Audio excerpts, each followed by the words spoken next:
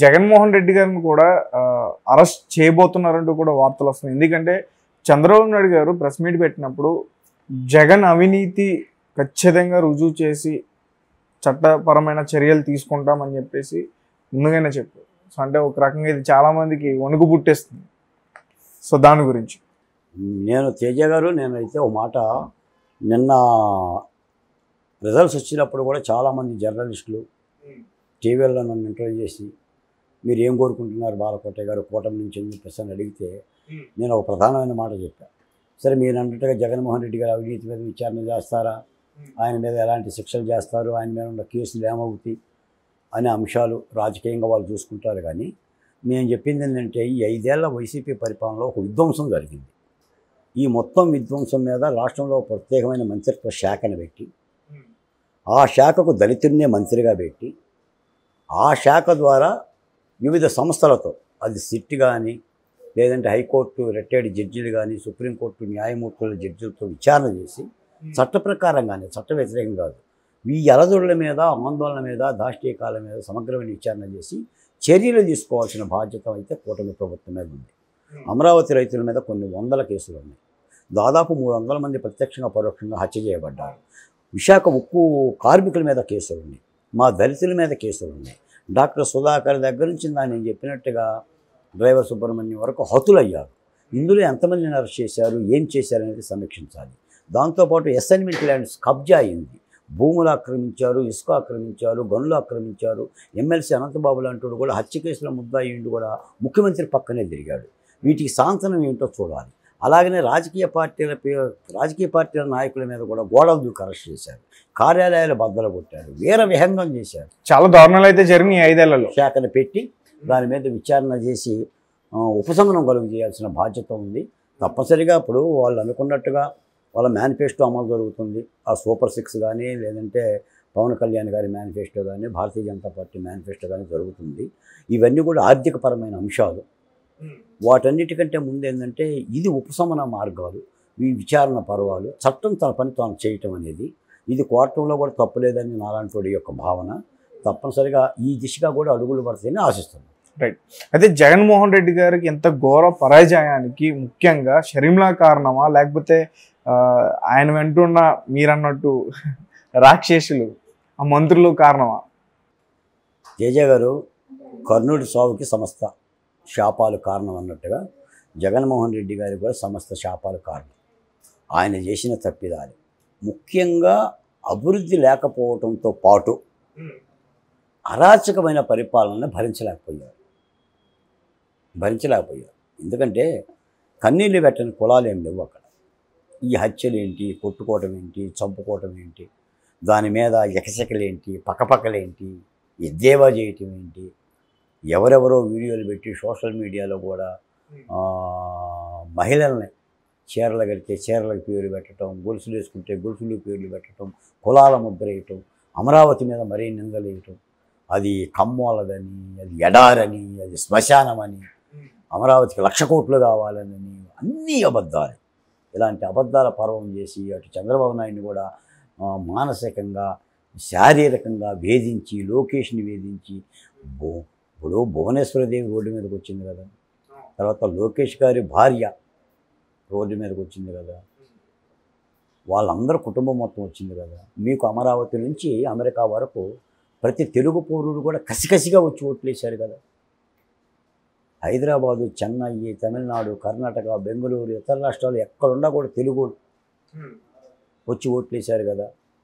కాబట్టి ఒక విధమైన రాకాసి పాలన మీద తిరగబడిన విధంగానే ప్రజలు తీర్పునిచ్చారు. ఈ ఎన్నికల్లో ప్రధానంగా పనిచేసింది జగన్మోహన్ రెడ్డి గారి అరాచక పరిపాలన, విధ్వంస పరిపాలన, దాంతోపాటు ఇతర అంశాలు. ఆ దిశగానే ఇంత అద్భుతమైన తీర్పు వచ్చింది. రైట్. అయితే చాలామంది కూడా పవన్ కళ్యాణ్ గారు ఇప్పుడు ఏ స్థానంలో ఉండబోతున్నారు దీనిపైన ఎక్కువగా చర్చలు నడుస్తున్నాయి. సో దాని గురించి బాలకోటయ్య గారు ఏం చెప్తారు సింగిల్ వర్డ్లో? ప్రధానంగా ఏంటంటే ఆది నుంచి అంటే కూటమిలో జనసేన పార్టీతో పొత్తు కలిసిన నాటి నుంచి, లేదా పవన్ కళ్యాణ్ గారు రాజమండ్రి సెంట్రల్ జైలుకి వెళ్ళి చంద్రబాబు నాయుడు గారితో కలిసి బయటకు వచ్చి మేము ప్రభుత్వ వ్యతిరేక ఓట్లు చేల్చనివ్వను, నేను పొత్తు పెట్టుకుంటున్నానని చెప్పిన నాటి నుంచి కూడా పవన్ కళ్యాణ్ గారికి చంద్రబాబు నాయుడు గారు అన్ని విధాలుగా సహకరిస్తూనే, దగ్గరకు తీసుకుంటూనే, కలిసికట్టుగానే వాళ్ళు పనిచేశారు. నిన్న కూడా రిజల్ట్స్ రాగానే చంద్రబాబు నాయుడు గారే పవన్ కళ్యాణ్ దగ్గరికి వెళ్ళాడు. చంద్రబాబు నాయుడు గారే పవన్ కళ్యాణ్ గారి దగ్గరికి వెళ్ళాడు. వెళ్ళి అభినందించాడు. ఆయన అభినందించాడు, ఈయన అభినందించాడు. తప్పనిసరిగా ఈ రాజకీయ సన్నివేశంలో పాలనాపరంగా అటు కేంద్ర ప్రభుత్వం దగ్గర కానీ, ఇటు చంద్రబాబు నాయుడు గారి దగ్గర కానీ పవన్ కళ్యాణ్ గారికి ఉండాల్సిన ప్రాధాన్యతలో ఎట్టి పరిస్థితుల్లో చెక్కు జరగదని నేను భావిస్తున్నాను. ఆయనకి కీలకమైన బాధ్యతలే ఇస్తారు అని భావిస్తున్నాను. Okay, right. అలాగే జగన్మోహన్ రెడ్డి గారికి అమిత్ షా గారు కాల్ చేశారు. ఏదైతే గెలుచుకున్నారో 4 ఎంపీ సీట్లు వాటి గురించి కాల్ చేశారు, అవి కూడా అడిగారని చెప్పేసి చెప్తున్నారు. సో దీని గురించి బాలకోటే గారు ఏం చెప్తారు? తేజ అడిగితే అడగొచ్చు. ఎందుకంటే కేంద్ర ప్రభుత్వం పరిస్థితి అలా ఉంది. అక్కడ కూడా ఫుల్ ప్లెడ్జ్డ్గా మెజార్టీ రాలా. ఇప్పుడు భారతీయ జనతా పార్టీ ఇచ్చిన నినాదం ఏంటంటే 400 పాస్, మాకు 400 వస్తాయి అని చెప్పేసి అని ఇచ్చింది. వాళ్ళకి నాకు తెలిసేసి 292 స్థానాలు ఏమి వచ్చినాయి. 234 కాంగ్రెస్ కూటమికి వచ్చింది. కాబట్టి ఇప్పుడు ప్రతి ఎంపీ సీటు కూడా భారతీయ జనతా పార్టీకి ఎన్డీఏ కూటమికి అవసరం. ఇప్పుడు జగన్మోహన్ రెడ్డి గారు అటు ఇటు కాకుండా ఉన్నాడు కదా 4 ఎంపీ సీట్లతో. ఆ 4 కూడా వాళ్ళు అవసరం అని చెప్పేసి మాట్లాడి ఉండవచ్చు. ఎందుకంటే భారతీయ జనతా పార్టీకి వైసీపీ పార్టీ, జగన్ గారు కూడా పాత మిత్రుడేగా. ఎన్నికలకు ముందు విడిపోయారు తప్ప అంతకుముందు దోస్తీనే కదా.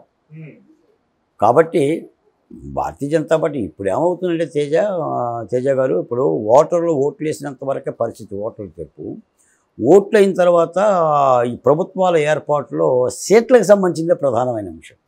నీ దగ్గర ఎన్ని సీట్లు ఉన్నాయి, నా దగ్గర ఎన్ని సీట్లు ఉన్నాయి, ఎన్ని సీట్లు ఉంటే రాజ్యాంగ పరంగా అధికారాన్ని నిలబెట్టుకోవచ్చు అనే అంశంలోనే చూస్తారు. కాబట్టి ఈ ప్రక్రియ కూడా జరిగి ఉండొచ్చు. అది అమిత్ షా గారు ఫోన్ చేయొచ్చు, మోడీ గారు కూడా ఫోన్ చేయొచ్చు. తేజ గారు అన్ని అద్భుతాలు జరిగాయి. తేజ గారు మనం ఊహించిన అద్భుతాలే. ఇప్పుడు మంగళగిరి సాధారణంగా అందరూ అనేది ఏంటంటే అది పద్మశాలీల నియోజకవర్గం, బీసీలు ఎక్కువగా ఉంటారు. లోకేష్ గారు అక్కడ పోటీ చేస్తే నష్టమే వస్తుందని చెప్పేసి అని చాలామంది అంటూ ఉంటుంటారు. రోజా గారు కూడా లోకేష్ గారిని చాలా తోలనాడారు, వివిధ పేర్లు పెట్టారు. నేను ఆ పేర్లు కూడా ఉచ్చరించడానికి నాకు మనసు రాదు, కానీ వివిధ పేర్లు పెట్టేసి అసెంబ్లీలో కూడా తోలనాడారు.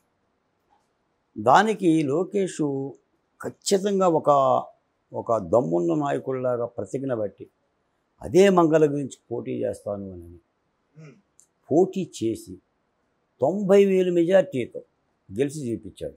ఈ సందర్భంగా కొన్ని చిన్న చితక పార్టీలు, దళిత కాన్సెప్ట్ పెట్టుకున్న పార్టీ నాయకులు కూడా లోకేష్ను ఓడించి తీరుతామని చెప్పేసి అని బరిలో దిగారు. మీకు తెలిసే ఉంటుంది, నేనే ఉంటాను. ఆ పార్టీ నాయకుడికి ఎంత వచ్చింది అంటే 431 కోట్లు వచ్చింది. 431 ఓట్లు వచ్చిన నాయకుడు లోకేష్ను ఓడిచ్చేస్తా, అసలు తెలుగుదేశం పార్టీ ఓట్లు చీల్చేస్తా, 5% చీల్చేస్తా, 10% చీల్చేస్తా అని చెప్పేసానని అప్పుడప్పుడు మా మీద కూడా నా పేరైతే పెట్టలేదే కానీ, అంటే అంత సాహసమును అంత ధైర్యం చాలేదే కానీ అలా వ్యాఖ్యలు చేసి జగన్మోహన్ రెడ్డి గారికి సైడ్ యాంగిల్లో సహకరించే విధంగా కొన్ని పక్షాలు చేసింది. అవన్నీ బుట్టదాకలైనవి. ఇప్పుడు లోకేష్ అనే వ్యక్తి ప్రూవ్ చేసుకున్నాడు. సాధారణంగా యువకాలంలోనే ఆయన ఒక అద్భుతమైన చరిష్మాను సృష్టించాడు. మీరు గమనించారో లేదో, అడుగడుగునా కూడా యువకాలానికి ప్రాధాన్యత పెరుగుతుందని జగన్మోహన్ రెడ్డి గారు ఆపే ప్రయత్నం చేశాడు కదా. లోకేష్ మాట్లాడుతుంటే కుర్చీలు ఎత్తుకెళ్ళారా, మైక్ ఎత్తుకెళ్ళారా, వాహనం ఎత్తుకెళ్ళారా, మధ్యన అరెస్ట్ చేశారా? పాదయాత్ర జరుగుతుండగానే కదా చంద్రబాబు నాయుడు గారిని అరెస్ట్ చేసింది నంద్యాలలో. దాంతో ఆయన పాదయాత్ర ఆఫ్ చేసుకున్నాడు కదా.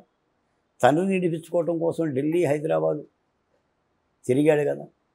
అప్పుడు కదా భువనేశ్వరీదేవి కూడా నిజం గెలవాలని చెప్పేసి నినాదంతో ప్రజల్లోకి వచ్చింది. నేను భువనేశ్వరీదేవి గారు పెట్టిన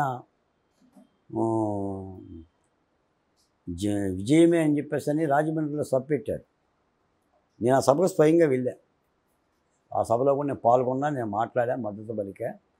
అందుకని అవన్నీ కూడా ఏంటంటే జగన్మోహన్ రెడ్డి గారి వ్యతిరేకత కోసమే. ఇదంతా కూడా జగన్మోహన్ రెడ్డి గారి వ్యతిరేకత సార్. ఏ 2019లో ఏ ఓటర్లు అయితే జగన్మోహన్ రెడ్డి గారికి ఒక ఛాన్స్ ఇద్దామని చెప్పేసి అని ఒక ఛాన్స్ ఇచ్చారు, ఓ మంచి ఛాన్స్. నువ్వు ఒక ఛాన్సే కదా అడిగింది, ఇక ఛాన్స్ అయిపోయింది కదా అన్నట్టుగా నీ ఛాన్స్ని తీసేశారు.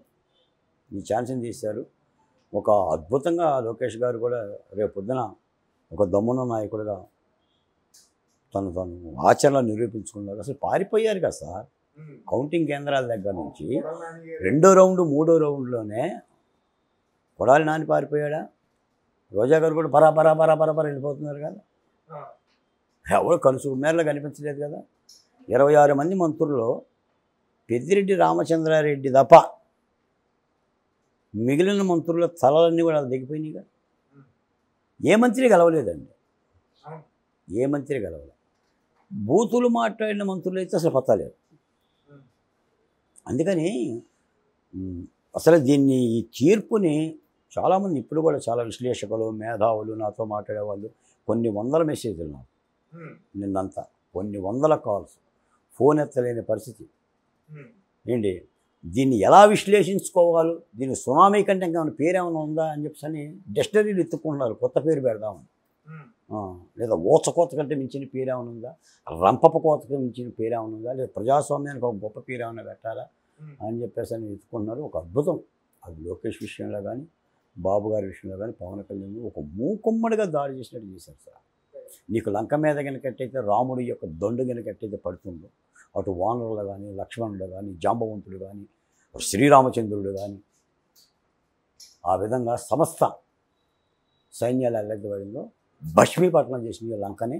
అందుకని వైసీపీ యొక్క కోటని, జగన్మోహన్ రెడ్డి గారి కోటని పునాత్మకలు చేసి ఫ్యాన్ని ఎరగదీసి మరతీసి మేము అమరావతి జేఏసీగా ఉద్యమకారులుగా కూటమి పార్టీని 3 వరాలు కోరుతున్నాం సార్. ఒకటి అమరావతి రాజధాని నిర్మాణం, అభివృద్ధి, రక్షణ. 2 ఈ దాష్టీకాలపై మంత్రిత్వ శాఖతో సమగ్రమైన విచారణ. 3 ఖచ్చితమైన నిఖార్సైన సామాజిక న్యాయ పాలన. ఈ 3 అంశాలనే రాష్ట్ర ప్రభుత్వం తన స్వపరిపాలన చూపించాల్సిన ధర్మం చంద్రబాబు నాయుడు గారి మీద ఉంది.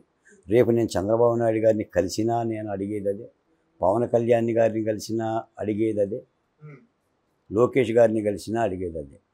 ప్రజల కోణంలో ప్రజలకు సంబంధించిన సాధక బాధకులకు సంబంధించిన యొక్క కోరికలని, వాళ్ళ యొక్క ఆశలని, వాళ్ళు ఇచ్చిన తీర్పుకు అనుగుణంగా ప్రభుత్వాధినేతలని మాట్లాడేందుకు అడిగేందుకే మాలాంటి జేఏసీ నాయకులు ఉంటారు.